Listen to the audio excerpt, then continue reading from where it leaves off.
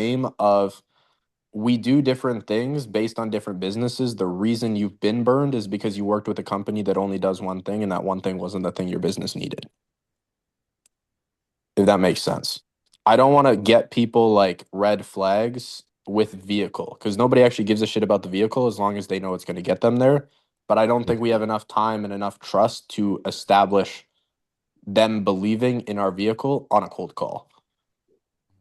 Well, you don't. That's why, and also you should. The reason I kept pressing the documents thing is since you did a cold call, your like for example, when I was selling PR, I would do if there was a time where I would usually sit up and I'd call coaching businesses or like I would search up businesses and stuff like that, right? Whenever I would actually cold call, in between there, all the documentation I would send would be the trust pilot. It would be genuine client reviews. It would be like if any of our clients were willing to reach out to them and explain their experience with the service, I would say, hey, could you, reach out to them?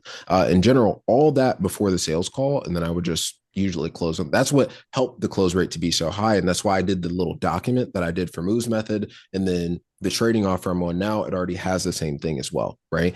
Because Document. that What's the that what's the document? the breakout page. So that Okay, breakout yeah, page with all yeah, the yeah. testimonials on Yeah. it. Yeah, you should just have as much proof as possible because the more proof you have in between, it gives them more time to believe, research. Yep. You allow them to do the research instead of going on Reddit and seeing like a bunch of random bullshit. But Yep. basically, yeah, I would just say you need a lot of documentation in between the call so that they're kind of getting bombarded with proof, like as much proof as possible. And then also when it comes to emails as well. You should send like as many emails as possible in between the call. Generally like three a day in between like then and the call with just like value testimonials or anything like that.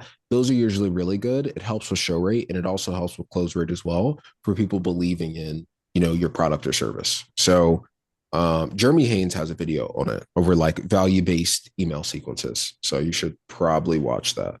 And then I, yeah.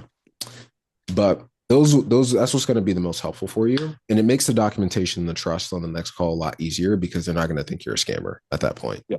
But yeah. Yeah. Okay. Oh no, Um they'll think Emmett's a scammer.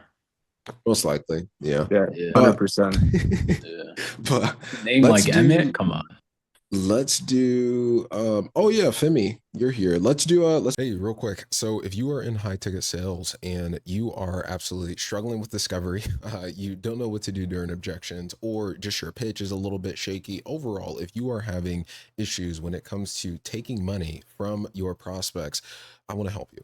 So what I want to show you is basically an entire school community that I have of closers who are there to excel and there to do better. So if you want help from discovery, pitch, objections to just general key skills, follow-up, referrals, anything that you can think of, landing roles when it comes to real sales mastery, there is help for you in this free school community. And then there's also essentially a calendar of coaching calls that you can actually join as well, where we will help you directly to improve your sales. We'll role play, we'll do call reviews, pretty much everything that you would need to be successful in sales. Okay. So if you want to join that, you'll also be able to see some of my live sales calls. Just click the link below and I'll see you there. Bye bye.